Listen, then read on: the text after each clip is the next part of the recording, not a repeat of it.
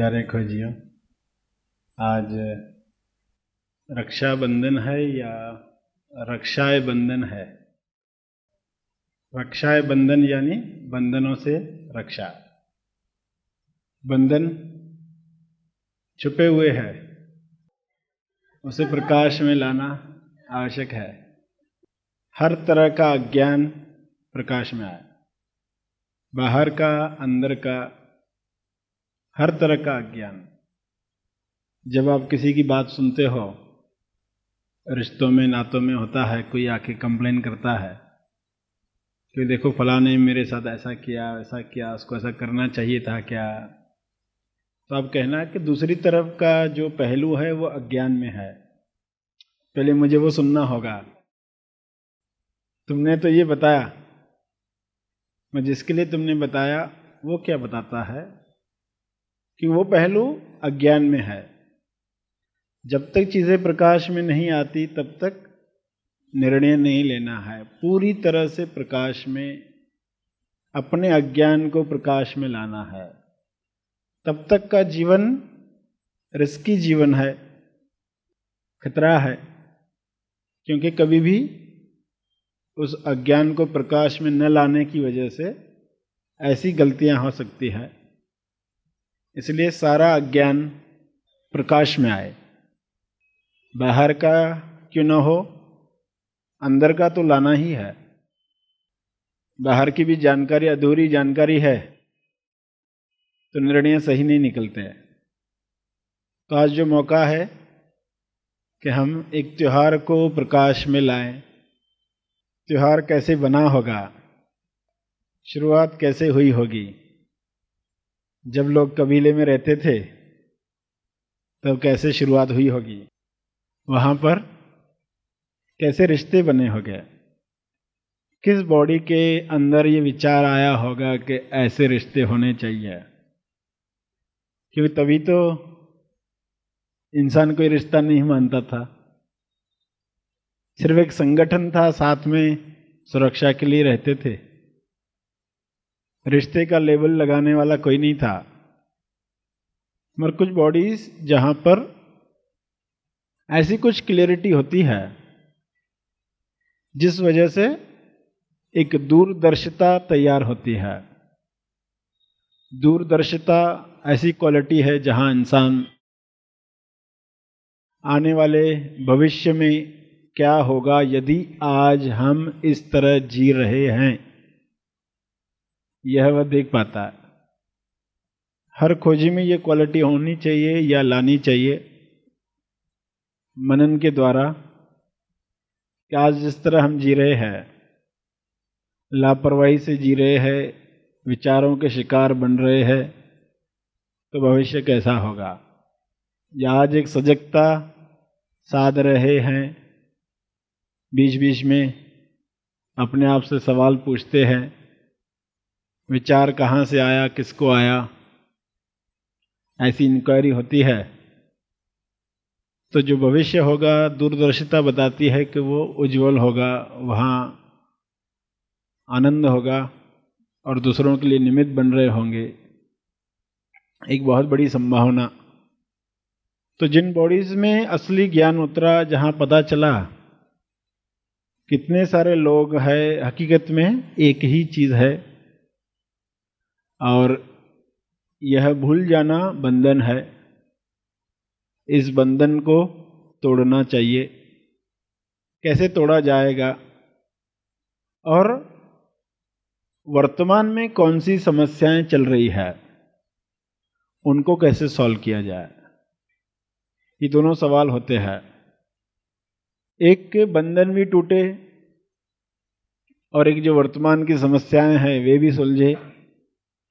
क्योंकि इंसान भूखा है तो सत्य की यात्रा नहीं कर पाता, तो उसके पेट के लिए खाना भी रहे और वो आगे की यात्रा भी करे। तो सुरक्षा के लिए भी कुछ किया जाए। बॉडी जिंदा रहेगी तो सेल्फ अपने आप पर लौट सकता है, तो सुरक्षा भी हो। और वर्तमान में जो समस्याएं दिखाई दे रही है उनको सुलझाने के लिए, लोगों में प्यार बढ़ाने के लिए, ऐसा क्या किया जाए जिससे लोग इकट्ठे रह पाए, आसानी से रह पाए। कि जब तक ये नहीं किया जाता तब तक इंसान किसी की मदद करना नहीं चाहता, एक्स्ट्रा समय निकालकर कुछ करना नहीं चाहता। तो ऐसा क्या किया जाए, कैसे रिश्ते बनाए जाए? क्योंकि जिन जनरेशन्स में वो रिश्ते बनाए गए उन लोगों ने ज़्यादा फॉलो नहीं किए। ये फिर समय के साथ धीरे धीरे आने वाली जनरेशन्स में वो बात बैठ जाती है। कैसे शुरुआत हुई ये लोग भूल जाते हैं। हर जनरेशन के बाद कुछ बातें पक्की होते जाती है, क्योंकि वे वर्तमान की समस्या को सुलझाती है। एक है कि लोगों को ज्ञान देकर तेज प्रेम क्रिएट किया जाए, एक तरीका, वो लंबा समय खा जाता है और सभी को उस वक्त कोई आवश्यकता नहीं लगती श्रवण करने की। तो सभी को एक प्लेटफॉर्म पर लाना, श्रवण की आवश्यकता बताना, तैयारी में बड़ा समय जाता है। तो जब तक तैयारी हो तब तक कुछ तो कर्मकांड, कुछ तो रिश्ते बनाए जाए जिस वजह से हर एक की सुरक्षा हो। क्योंकि जब तक यह सिस्टम नहीं बना था तब तक कौन सा कानून? जंगल का कानून चल रहा था, जिसकी लाठी उसकी भैंस। जो बेचारा कमजोर है बचपन से, ऐसा यंत्र मिला, उसके साथ अत्याचारी होता है लाइफ के अंत तक। वो तो साइकोलॉजिकल पेशेंट ही हो जाता है। क्यों? बाहर से वो प्रतिकार नहीं कर पाता तो मन अंदर से एक नई दुनिया तैयार कर लेता है, साइकोलॉजिकल दुनिया तैयार कर लेता है, उसमें वो सपने देखते रहता है। इस तरह मन सुरक्षा करता है शरीर की, मगर वह इंसान जीवन के अंत तक उन्हीं गलत धारणाओं में, उन पिक्चर्स में जीते रहता है। तो जिन्होंने सिस्टम बनाया उन्होंने सभी के बारे में सोचा कि स्त्री का MSY है या पुरुष का है, लड़की का है, लड़के का है, सभी की सुरक्षा आवश्यक है। ऐसा ना हो जाए कि कुछ कानून ऐसे बनाया जाए जिससे कुछ लोग तो बहुत आगे बढ़ पाए, बहुत विकास कर पाए, और कुछ लोग विकास ही नहीं कर पाए। और उन्होंने ये भी स्टडी की कि अलग अलग MSYs के अलग अलग गुण है, अलग अलग अवगुण है, अलग अलग शक्तियां हैं, अलग अलग कमजोरियां हैं। कुछ बातें पुरुषों में है तो कुछ स्त्रियों में है। कुछ अच्छी बातें पुरुष कर सकते हैं, कुछ अच्छी बातें स्त्रियां कर सकती है। ये सब देखकर उन्होंने सिस्टम बनाया, क्योंकि जो हेलीकॉप्टर से देखता है उसे सभी बातें कंसिडर करनी होती है। कि ये सब पहलू ध्यान में रखते हुए अगर ऐसे ऐसे रिश्ते बनाए जाए, उनको वो सब कैसे सूझा होगा। जिन भी बॉडीज का संपर्क तेज स्थान से होता है वहां से बहुत सारी ऐसी चीजें प्रकाश में आती है जो कोई बुद्धि से लाख कोशिश करे तो भी सामने ना आए। तो उन बॉडीज में ये ख्याल जो आए, वहां वह क्लियरिटी थी कि MSY का एक रोल है जिससे ये सिस्टम बनना है। क्या सिस्टम बनना है? कि ऐसे कुछ रिश्ते नाते बनाए जाए जिससे सुरक्षा भी रहे, प्रेम भी रहे, जिससे लोग आनंद भी ले पाए, जीवन को जी पाए, सारे इमोशंस महसूस कर पाए, असली उद्देश्य की तरफ जा पाए। क्योंकि बेसिक जरूरतें पूरी नहीं होगी तो उच्चतम की इच्छा जागृत भी नहीं होगी। तो पहली जरूरतें लोगों की पूरी हो, वो त्याग को महसूस कर पाए, कुर्बानी क्या होती है, किसी के लिए काम करना क्या होता है, ये महसूस कर पाए। तो सारे रिश्ते नाते वह मौका देते हैं। तो कैसे डबल पर्पस सॉल्व हो, सुरक्षा भी हो जाए, लोगों में प्रेम भी हो, और उस प्रेम की वजह से उच्च इच्छा भी जागृत हो, हमेशा उसी में न रहे, उच्च इच्छाएं भी जागृत हो। तो ये सब देखते हुए कुछ रिश्ते बनाए गए और उसका लाभ भी देखा गया। और बनाने वालों ने ये भी जाना कि ये रिश्ते, ये लेबल्स जो लगाए जा रहे हैं आगे चल के ये भी तकलीफ का कारण बनेंगे लोगों के लिए। ये जानते हुए भी इन्होंने बनाया, तो क्यों बनाया? उन्होंने आगे की जनरेशन का क्यों नहीं सोचा? आगे फिर ऐसा सा हो जाएगा, क्योंकि उन बॉडीज में क्लियरिटी थी कि आगे कोई और होगा सुधारने के लिए।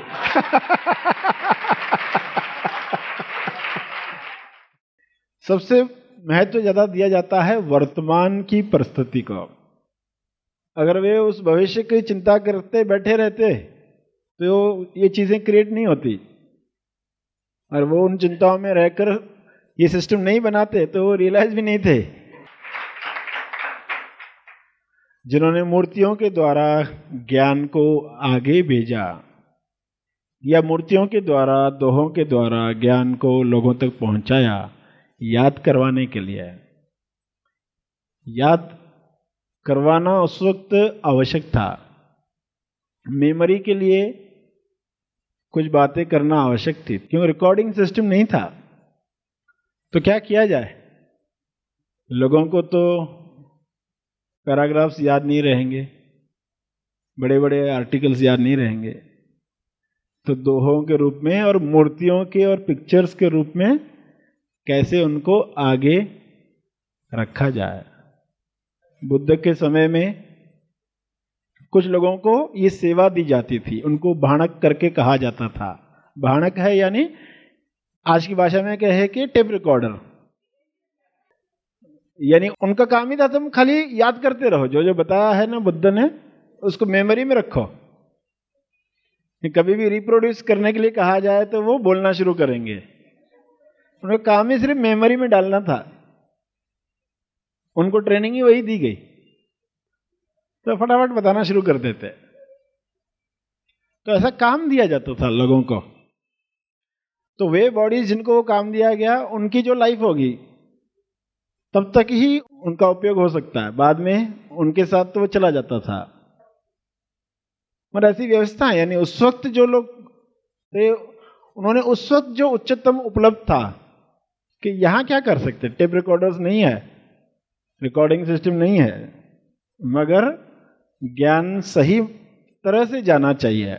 क्योंकि बुद्ध ने उनके जीवन काल में महसूस किया कि कई बार जब लोगों ने आके शेयर किया कि आपने ऐसा सा बताया है, तो उन्होंने कहा ऐसा नहीं बताया है। कोई घटना हुई, किसी ने कहा कि बुद्ध की शिक्षा ऐसी है, दूसरे ने कहा नहीं ऐसा नहीं है, तो चलो उनसे ही पूछते हैं। वे आए तो बुद्ध ने देखा कि उनके प्रेजेंस में ही, उनके होते हुए ही टीचिंग्स की ऐसी हालत है।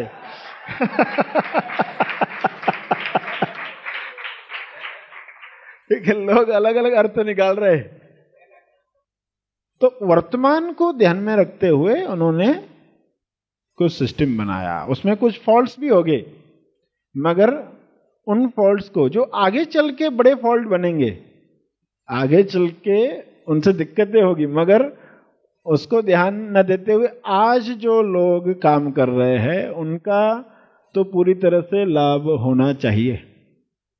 समझ क्या कि आगे ये चीजें जब पहुंचेगी, भले ही करप्ट होकर पहुंचेगी, वो मूर्तियां पहुंचेगी, अर्थ खो गया होगा, दोहे पहुंचेंगे, अर्थ खो गया होगा, मगर फिर से कोई उसका अर्थ निकाल के लोगों को बताएगा।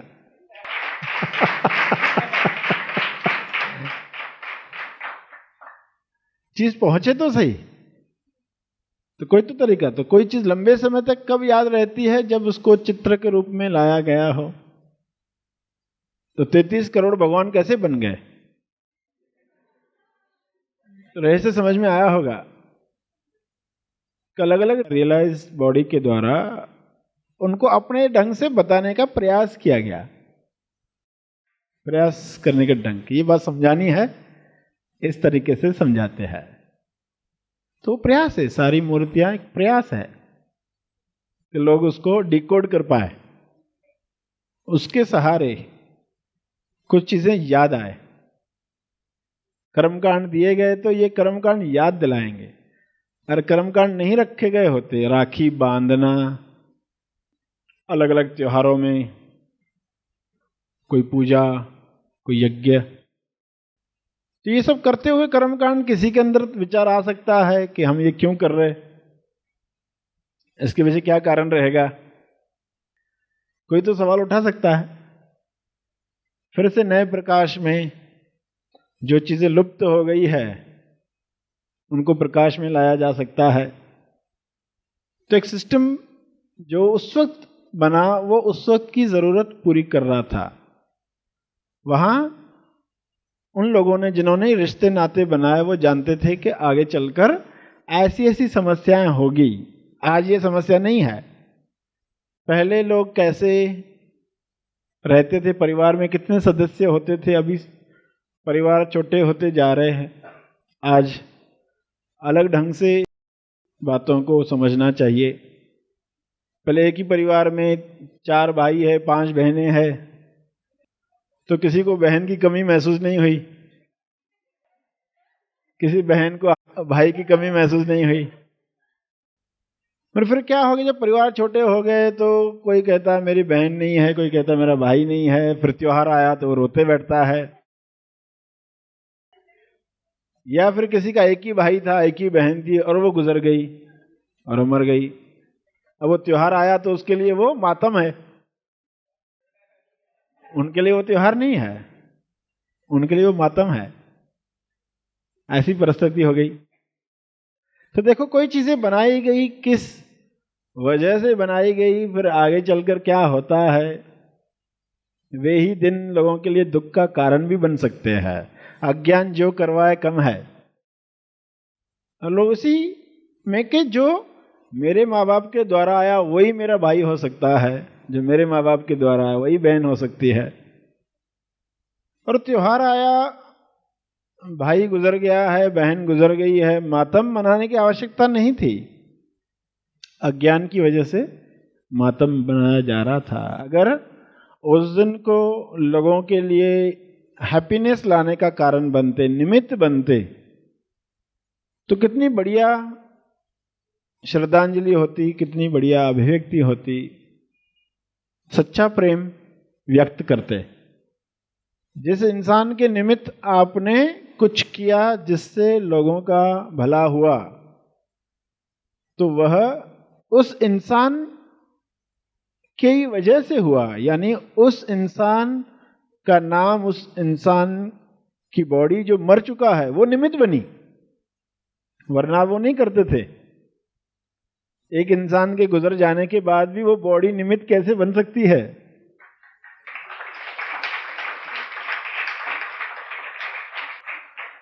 बुद्ध का शरीर नहीं है उस वक्त जिस तरह लोगों ने देखा, तो आज भी लोग नए खोजी बन रहे हैं, उन रास्तों पर चलकर देख रहे हैं।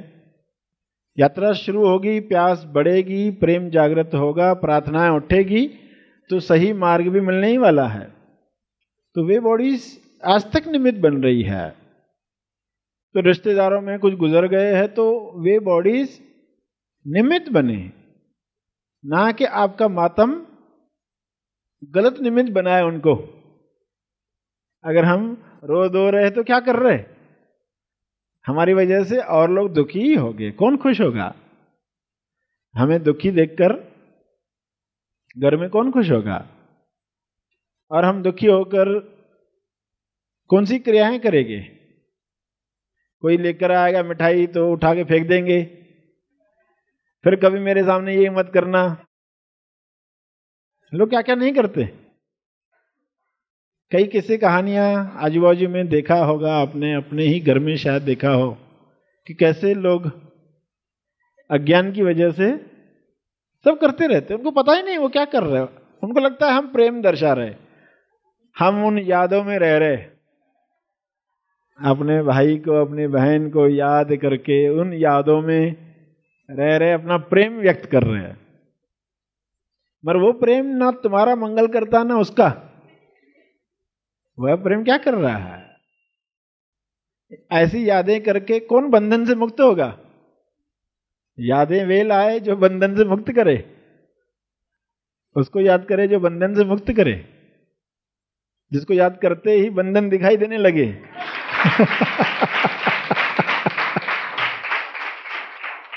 बुद्ध को याद करोगे, मीरा को याद करोगे, हालांकि आपके रिश्ते में नहीं आते थे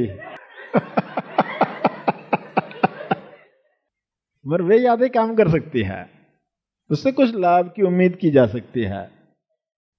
वरना ऐसे रिश्ते लेकर बैठ गए हैं और वह बॉडी भी गलत ढंग से ही पृथ्वी पर निमित्त बन रही है। जो लोग ये जानते थे तो मरने से पहले इंस्ट्रक्शन देकर जाते थे कि भाई उनके मौत के बाद क्या क्या करना है, क्या क्या नहीं करना है, क्यों वे जानते थे कि लोग अज्ञान में गलत ढंग से उनको निमित्त बना सकते। तो जिसके बाद दूरदर्शिता है वो ही सोच पाएगा कि क्या चल रहा है, क्या शरीर की उम्र है, किस तरीके से आगे कार्य होना चाहिए, सब बातें देखते हुए दूरदर्शिता जिसके पास है ये सोच पाएगा। और जिन्होंने सोचा उन्होंने त्योहार बनाए। आज लोग कितना प्रतिशत उसका लाभ ले रहे हैं, नहीं ले पा रहे हैं, तो फिर हम श्रवण को तो तैयार हो जाए, कोई बताया तो हम मनन तो करें उस पर कि वाकई ये त्योहार आज क्या कर रहा है। रक्षाबंधन मना रहे हैं और किसी को राखी बांध रहे हैं जो रिश्ते में नहीं आता है, तो भी तो वो वाकई बंधन से मुक्त करता है या एक व्यक्ति की महत्वाकांक्षा पूरी कर रहे हैं। व्यक्ति चाहता था एक भाई हो, व्यक्ति चाहता था एक बहन हो, वह पूरी करने के लिए किसी को राखी बांध दी, इसको बांध दी, उसको बांध दी, संतुष्टि मिलती ही नहीं है। तो हर साल बढ़ते ही जा रहे भाई, हर साल बहनें बढ़ती जा रही है। अज्ञान में संतुष्टि हो भी नहीं सकती, अज्ञान में संतुष्टि नहीं होगी, क्यों? कहीं वो मान्यता काम कर रही है, ऑथोराइज नहीं है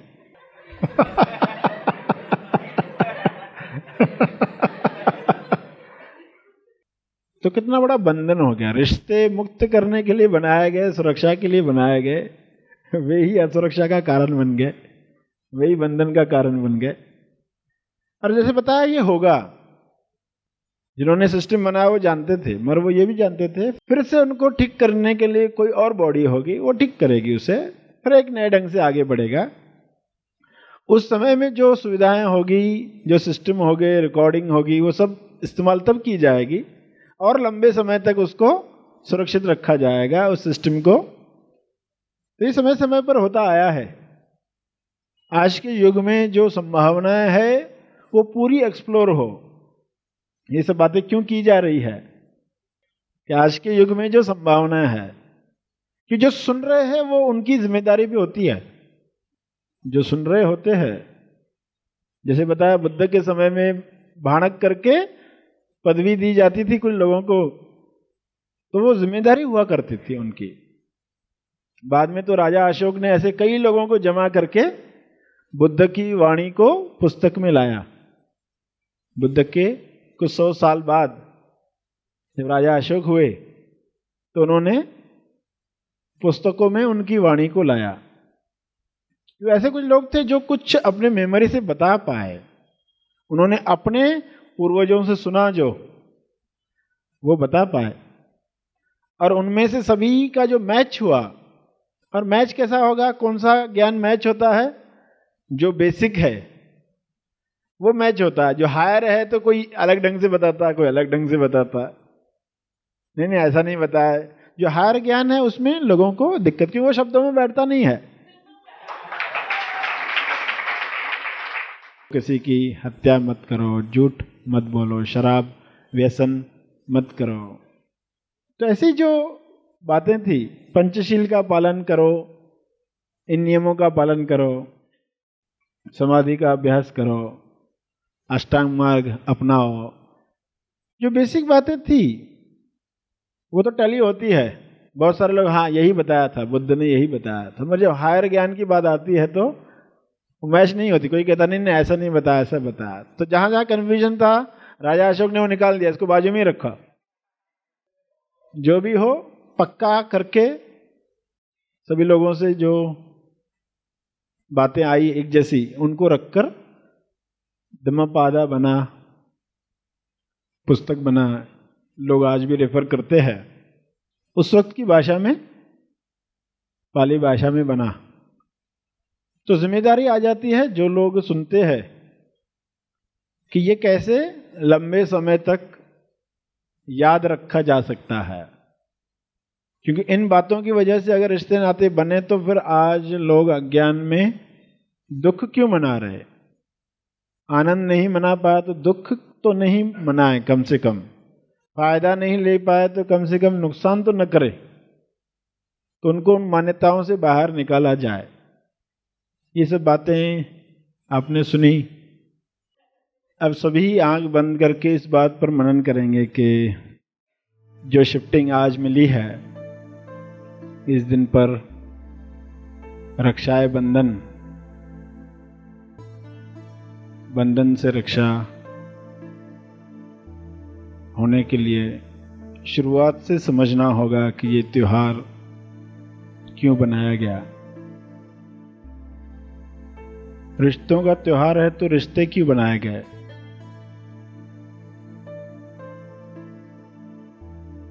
जंगल में रहने वाला इंसान, कबीले में रहने वाला, दूरदर्शिता क्या थी उन लोगों में जिन्होंने ये त्योहार बनाए, रिश्ते बनाए। सुरक्षा और लक्ष्य इनको ध्यान में रखते हुए, क्योंकि असली चीज समझाने में समय जाएगा, इसलिए वर्तमान को सुधारने के लिए कुछ कर्मकांड, कुछ त्योहार, आज नहीं तो कल सही अर्थ भी जान जाएंगे, मगर तब तक सुरक्षा तो होती रहे, प्रेम तो बढ़ता रहे, एक दूसरे के लिए त्याग कर पाए, आसानी से कुर्बानी कर पाए, रिश्ते के नाम पर कुछ तो हो पाए। जब तक असली रिश्ता नहीं समझता, उसके बहुत लाभ मिले हैं और आज लाभ नहीं मिल रहा है, तो क्या कारण है। कुछ लोगों के लिए ये दिवस मातम बन जाता है, या अगर मना ही रहे हैं तो सिर्फ इनकम का सोर्स, बहन इनकम सोच रही है, भाई टैक्स सोच रहा है, तो इनकम टैक्स का त्योहार नहीं बनाना है। इसको सही समझ के साथ अगर राखी बांधे बंधवाएं तो क्या करना होगा। अब हमारे रिश्ते में जो भाई बहन आते हैं तो हम क्या करेंगे। कम से कम एक प्रोजेक्ट लिया जाए कि कुछ सालों में 2 साल 4 साल 5 साल का प्रोजेक्ट, कि वे भी फिर सही माने में रक्षाबंधन मना रहे होंगे। इस पर मनन करें। हैप्पी था सर, श्री प्रणाम। मैं वैसे छत्तीसगढ़ का रहने वाला हूँ और थोड़ी बहुत अभिलाष दास जी के प्रवचन सुने थे, कबीर साहब की कुछ पुस्तकें पढ़ी थी और कुछ रामायण सम्मेलन वगैरह होता है, वहाँ कुछ जाते रहता हूँ। लेकिन ये बहुत सारी बातें तो खैर सभी बोलते थे, लेकिन यहाँ जब मैं आने के बाद जब सिस्टम देखा, ये मुझे बहुत ही अनोखा लगा।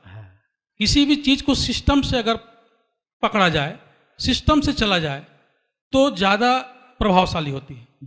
दूसरी बात सर, मैंने जब अध्ययन करते करते देखा, आप पहला दिन का जब कोर्स चला तो हमें सेकंड दिन कौन सा प्रश्न आने वाला है उसका उत्तर सेकंड दिन मिल जाता था। दूसरा दिन के प्रश्न सुनने के बाद कौन सा क्वेश्चन उठेगा वो तीसरे दिन मिलता था। यानी हमारे पास कुछ भी नहीं रहता था पूछने के लिए। ये बड़ा सिस्टम है, मेरे बहुत बढ़िया लगा इसमें। लेकिन ये जो बातें हैं जो यहाँ चल रही है, उस बात को अपने और भी लोगों तक पहुंचाना, ये हमारा बहुत बड़ा दायित्व बनता है, काम बनता है। तेज ज्ञान फाउंडेशन द्वारा आयोजित और सर श्री जी की शिक्षाओं पर आधारित महा आसमानी परम ज्ञान शिविर में जरूर भाग लें। इस वीडियो को लाइक और शेयर जरूर करें। साथ ही अपने अभिप्राय हमें कमेंट करके जरूर बताएं। हैप्पी थॉट्स तेज ज्ञान और सर श्री तेज ज्ञान चैनल को आज ही सब्सक्राइब करें और लेटेस्ट अपडेट्स सबसे पहले पाने के लिए बेल आइकन को दबाएं। धन्यवाद।